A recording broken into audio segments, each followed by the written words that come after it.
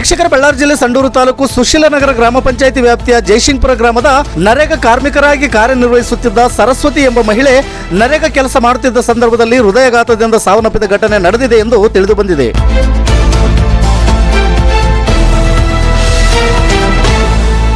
ಮೃತರ ಅಂತ್ಯಕ್ರಿಯೆಗೆ ಮೃತರ ಕುಟುಂಬಕ್ಕೆ ತಾಲೂಕು ಪಂಚಾಯಿತಿಯಿಂದ 20,000 ಮತ್ತು ಸಂಡೂರು ವಿಧಾನಸಭಾ ಕ್ಷೇತ್ರದ ಶಾಸಕರಿಂದ 20,000 ಧನ ಸಹಾಯ ಮಾಡಿದ್ದು, ಮೃತರ ನಿವಾಸದ ಮುಂದೆ ತಾಲೂಕು ಪಂಚಾಯಿತಿ, ಗ್ರಾಮ ಪಂಚಾಯಿತಿ ಸಿಬ್ಬಂದಿ ಸೇರಿದಂತೆ ಶಾಸಕರ ಆಪ್ತರು ಭೇಟಿ ನೀಡಿ ಮೃತರ ಕುಟುಂಬಕ್ಕೆ ಸಾಂತ್ವನ ಹೇಳಿ ಮುಂದಿನ ಕ್ರಮ ಕೈಗೊಳ್ಳುವುದಾಗಿ ಭರವಸೆ ನೀಡಿದ್ದಾರೆ.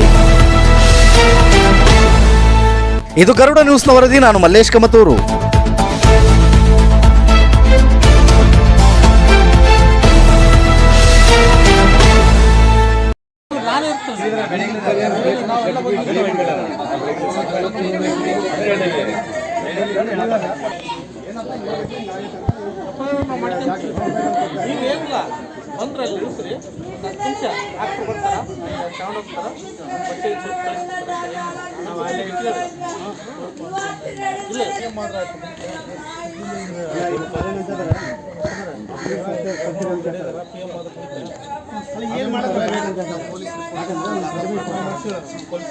ಏನು ಮಾಡೋದಿಲ್ಲ,